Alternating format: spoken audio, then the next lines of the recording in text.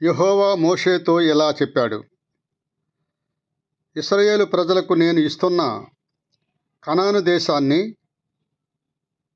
రహస్యముగా తిరిగి చూడడానికి నువ్వు మనుషులను పంపించు. వారి వారి పూర్వీకుల గోత్రాలలో ఒక్కొక్క గోత్రం నుండి ఒక్కొక్క మనిషిని పంపించాలి. వాళ్ళలో ప్రతివాడు నాయకుడై ఉండాలి. అప్పుడు మోషే యెహోవా ఆజ్ఞకు లోబడి పారాను అరణ్యము నుండి వారిని పంపించాడు. వారు రూబేను గోత్రము నుండి షమ్మాయ, సిమియోను గోత్రము నుండి షాఫాతు, యోదా గోత్రము నుండి కాలేబు, ఇస్సాకారు గోత్రము నుండి ఇగాలు, ఎఫ్రాయిము గోత్రము నుండి హోషేయ, బెన్యామీను గోత్రము నుండి ఫల్తి, జెబూలూను గోత్రము నుండి గదీయేలు, యోషోపు గోత్రానికి అనగా మనష్షే గోత్రము నుండి గది, దాను గోత్రము నుండి అమ్మీయేలు, ఆషేరు గోత్రము నుండి షెతూరు, నప్తాలి గోత్రము నుండి నహబి, గాదు గోత్రము నుండి గెయువేలు. ఈ విధముగా 12 మందిని మోషే కనాను దేశాన్ని రహస్యముగా తిరిగి చూడటానికి పంపించాడు. అయితే మోషే నూను కుమారుడైన హోషేయకు యెహోషువ అని పేరు పెట్టాడు. కనాను దేశాన్ని రహస్యముగా తిరిగి చూడడానికి వారిని పంపినప్పుడు మోషే, మీరు ఈ దారిలో దక్షిణ దిక్కుగా వెళ్ళి కొండలు ఎక్కండి. దేశం ఎలాంటిదో చూడండి. దానిలో నివసించే ప్రజలు బలవంతుల, బలహీనుల, కొద్దిమందే ఉన్నారా లేక ఎక్కువ మంది ఉన్నారా? వారు నివసిస్తున్న దేశం మంచిదో చెడ్డదో? వారు నివసించే పట్టణాలు ఎలాంటివో? వారు గుడారాలలో నివసిస్తున్నారో కోటలలో నివసిస్తున్నారో? ఆ భూమి సారవంతమైనదో సారవంతము కానిదో? ఆ దేశం సంపన్నమైనదో దరిద్రమైనదో? దానిలో చెట్లున్నవో లేవో కనిపెట్టండి. మీరు ఆ దేశము పండ్లలో కొన్ని తీసుకుని రండి అని చెప్పాడు. అది ద్రాక్షల ప్రథమ కాపు పక్వ కాలము. కాబట్టి వారు అక్కడికి పోయి సీను అరణ్యము మొదలుకొని హమాతుకు పోయే దారి గుండా రెహోబు దేశము వరకు తిరిగి చూశారు. వారు దక్షిణ దేశము ద్వారా ప్రయాణం చేసి హెబ్రోనుకు వచ్చారు. అక్కడ అనాకీయులైన అహీమాను, షాషయి, తల్మయి అనేవారు ఉన్నారు. హెబ్రోను ఐగుప్తులోని సోయను కంటే 7 ఏండ్లు ముందుగా కట్టబడింది. వారు ఎష్కోలు లోయలోనికి వచ్చి అక్కడ ఒక గెల ఉన్న ద్రాక్ష చెట్టు కొమ్మను కోసి ఇద్దరు కలిసి ఒక కర్రతో మోశారు. వారు కొన్ని దానిమ్మ పండ్లను కొన్ని అంజూరపు పండ్లను కూడా తెచ్చారు. ఇశ్రాయేలీయులు అక్కడ కోసిన ద్రాక్ష గెలను బట్టి ఆ చోటుకు ఎష్కోలు లోయ అని పేరు పెట్టబడింది. వారు 40 దినాలు ఆ దేశాన్ని రహస్యముగా సంచరించి తిరిగి వచ్చారు. వారు వెళ్ళి పారాను ఎడారిలోని కాదేశులో ఉన్న మోషే అహరోనుల దగ్గరకు, ఇశ్రాయేలుల సర్వ సమాజము దగ్గరకు వచ్చి వారికిని ఆ సర్వ సమాజమునకును సమాచారము తెలియచేశారు. ఆ దేశపు పండ్లను వారికి చూపించారు. వారు అతనికి ఇలా వివరముగా చెప్పారు. నీవు పంపిన దేశానికి వెళ్ళాము. అది పాలు తేనెలు ప్రవహించే దేశమే. ఇవిగో దాని పండ్లు. అయితే ఆ దేశములో నివసించే జనులు బలవంతులు. వారి పట్టణాలు ఎంతో గొప్పవి. వాటికి పెద్ద గోడలున్నాయి. అక్కడ అనాకీయులను కూడా చూశాము. అమలేకీయులు దక్షిణ దేశంలో నివసిస్తున్నారు. హిత్తీయులు, యెబూసీయులు, అమోరీయులు, పర్వత ప్రాంతాలలో నివసిస్తున్నారు. కనానీయులు సముద్రం దగ్గర యోర్దాను నదీ ప్రాంతాలలో నివసిస్తున్నారు అని చెప్పారు. కాలేబు మోషే ఎదుట జనులను నిమ్మలపరచి, మనం నిశ్చయముగా వెళ్ళి దానిని స్వాధీనపరచుకుందాం, దాన్ని జయించడానికి మన శక్తి చాలునెనెను.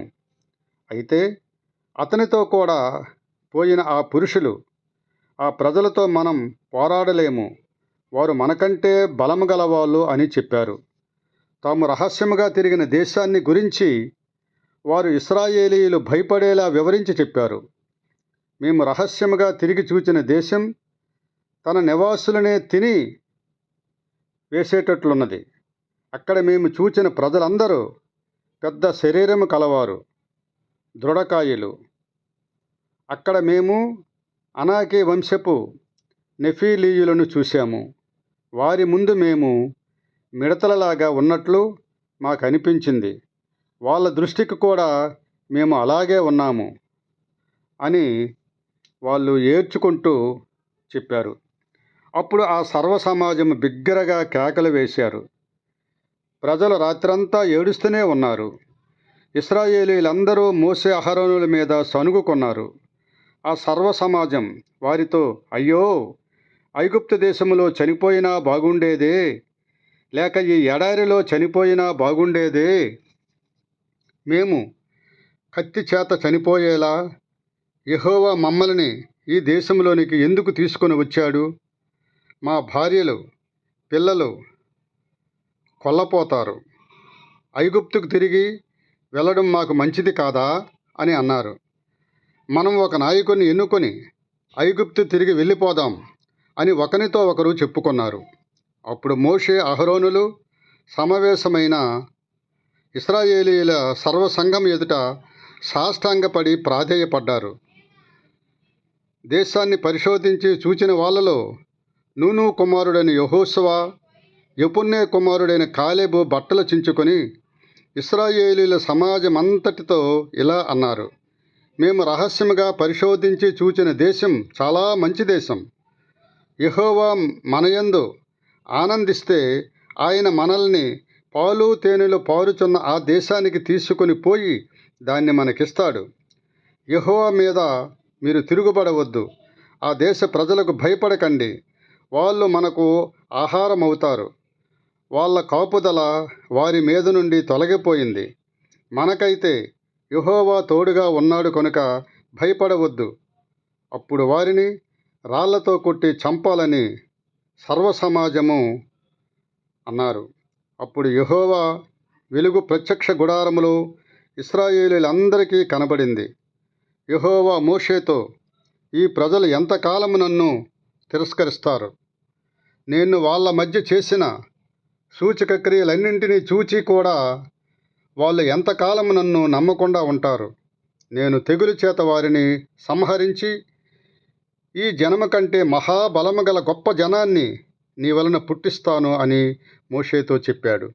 మోషే యెహోవాతో ఇలా అన్నాడు, అలాగైతే ఐగుప్తీయులు దాని గురించి వింటారు. నీవు ఈ ప్రజలను వాళ్ళలో నుండి నీ బలము చేత రప్పించావు కదా. వారు ఆ సంగతి ఈ దేశ నివాసులతో చెప్పి ఉంటారు. యెహోవా అనే నీవు ఈ ప్రజల మధ్య ఉన్నావని వారు విన్నారు.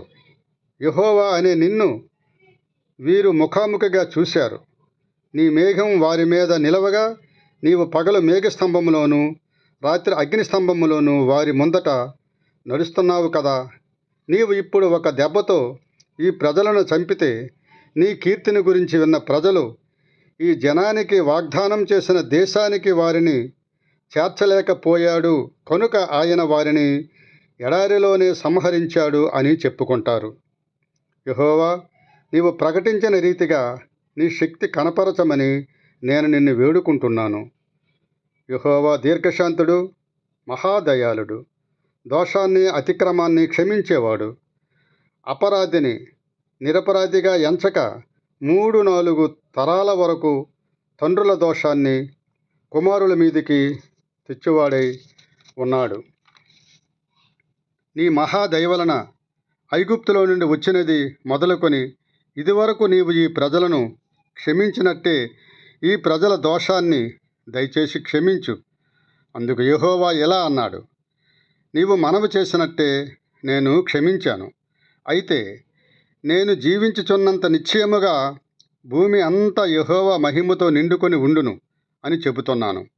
నా మహిమను నేను ఐగుప్తులోను ఎడారిలోను చేసిన సూచక క్రియలను చూచిన పురుషులందరూ ఈ 10 సార్లు నా మాట వినకుండా నన్ను శోధించారు. కాబట్టి వారి పితరులకు వాగ్దానం చేసిన దేశాన్ని వారు చూడనే చూడరు.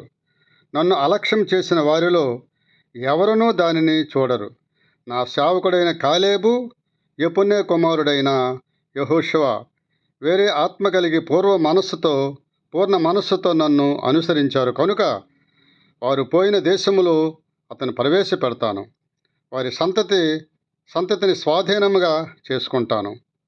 అమలేకీయులు, కనానీయులు లోయలో నివసిస్తున్నారు కనుక రేపు మీరు తిరిగి ఎర్ర సముద్రపు మార్గము గుండా తిరిగి ఎడారికి వెళ్ళండి అని యెహోవా సెలవిచ్చాడు. ఈ విధముగా వారు పాటించవలసిన నియమాలని కట్టడలని సీనాయి కొండ మీద నుంచి యెహోవా తన స్వరముతో వారితో మాట్లాడాడు. అక్కడ నుంచి కేవలము 11 రోజులు కాలినడక ప్రయాణం మిగిలి ఉంది. కనాను దేశాన్ని వేగుచూచి వచ్చిన యెహోషువ, కాలేబు తప్ప మిగిలిన గోత్ర ప్రధానులు మిగిలిన 10 మంది చెప్పిన తప్పుడు మాటలని విశ్వసించి ఇశ్రాయేలీయులు అంతవరకు నడిపించిన దేవుణ్ణి మరిచారు. అటు తరువాత ఒక నాయకుణ్ణి ఏర్పరచుకొని ఐగుప్తులోనికి తిరిగి వెళ్ళిపోదలిచారు. వారు మోషేను అహరోనును రాళ్లతో కొట్టి చంపాలని ఆలోచించారు. అప్పుడు దేవుని కోపం వారిపై రగులుకుంది. వారు 40 సంవత్సరాల అరణ్యములోనే తిరుగుతారని, కాలేబు, యెహోషువ తప్ప 20 ఏళ్ళు మొదలుకొని ఆ పై ప్రాయము గలవారు ఏ ఒక్కరూ కనాను దేశంలో ప్రవేశింపరని, అడుగు మోపరని యెహోవా నిశ్చయముగా సెలవిచ్చాడు. అలా 11 రాత్రింపగళ్లకు బదులుగా సుమారు 13,880 రాత్రింపగళ్ళు అరణ్యములోనే సంచరించిన పిమ్మట ఇశ్రాయేలు ప్రజలు కనాను దేశములో కాలు మోపారు. అందులో కాలేబు, యెహోషువ తప్ప 57 సంవత్సరముల పై ప్రాయము గలవారు ఎవరనూ లేరు. దేవుడు ఆశించిన లక్ష్య సాధనలో పలుమార్లు మనము వెనుకంజలో ఉండడానికి, తప్పిపోవడానికి గల కారణం ఏమిటంటే ఇశ్రాయేలు ప్రజల వలె మనము కూడా అనుదినము నడిపిస్తున్న దేవుని సంపూర్ణముగా విశ్వసించకపోవడమే ప్రధాన కారణం. కనుక ఈ వృత్తాంతము ద్వారా మనము దేవుని పట్ల నిశ్చలమైనటువంటి విశ్వాసముతో నిలకడగా కట్టకడ వరకు నిలకడగా ఉన్నవాడే రక్షించబడునని ప్రభు పలికినట్లు నిలకడగా ఉండి విశ్వాస యాత్రలో మనం విజయాలను సాధిద్దాం. దేవునికి స్తోత్రం. హల్లెలూయా.